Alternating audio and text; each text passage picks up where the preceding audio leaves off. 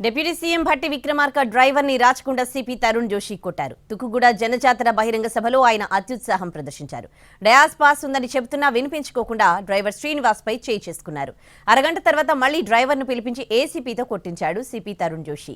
Driver పై పోలీసుల దాడిని చిత్రీకరిస్తోన్న videographer mobile లాక్కుని అతడిపైన చేయి చేసుకున్నారు పోలీసులు. తుక్కుగూడ జనజాతర సభలో పోలీసులు అత్యుత్సాహం ప్రదర్శించారు. ఏకంగా డిప్యూటీ సీఎం భట్టి విక్రమార్క కాన్వాయ్ను రాచకొండ సిపి తరుణ్ జోషి అడ్డుకున్నారు. డయాస్ పాస్ ఉందని చెప్పినా వినిపించుకోలేదు. డ్రైవర్ శ్రీనివాస్ పై చేయి చేసుకున్నారు రాచకొండ సిపి. సమాధానం చెబుతున్నా వినకుండా జేబులోని ఐడి కార్డును గుంజుకున్నారు. శ్రీనివాస్ పై మూకుమ్మడిగా CP Tarun Joshi, DCP Sunitha Reddy, ACP Raju దాడి చేశారు. భట్టి వాహనాన్ని లోపలికి అనుమతించకుండా పక్కన నిలిపివేశారు. అరగంట తర్వాత తిరిగి డ్రైవర్ శ్రీనివాస్ను పిలిపించి చుట్టూ పోలీసులను నిలబెట్టి ఏసీపీతో సిపి కొట్టించారు. డ్రైవర్పై పోలీసుల దాడిని చిత్రీకరిస్తున్న వీడియోగ్రాఫర్ మొబైల్ను గుంజుకున్నారు. అతనిపై కూడా పోలీసులు చేయి చేసుకున్నారు. అక్కడున్న వారు వీడియో తీయడంతో ఈ విషయం బయటకొచ్చింది. తుక్కుగూడ సభా ప్రాంగణంలో జరిగిన ఈ ఇష్యూ వివాదాస్పదంగా మారింది.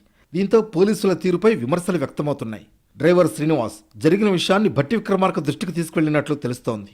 సిపి తీరుపై ఉన్నతాధికారులు ఎలాంటి చర్యలు తీసుకుంటారో చూడాలి.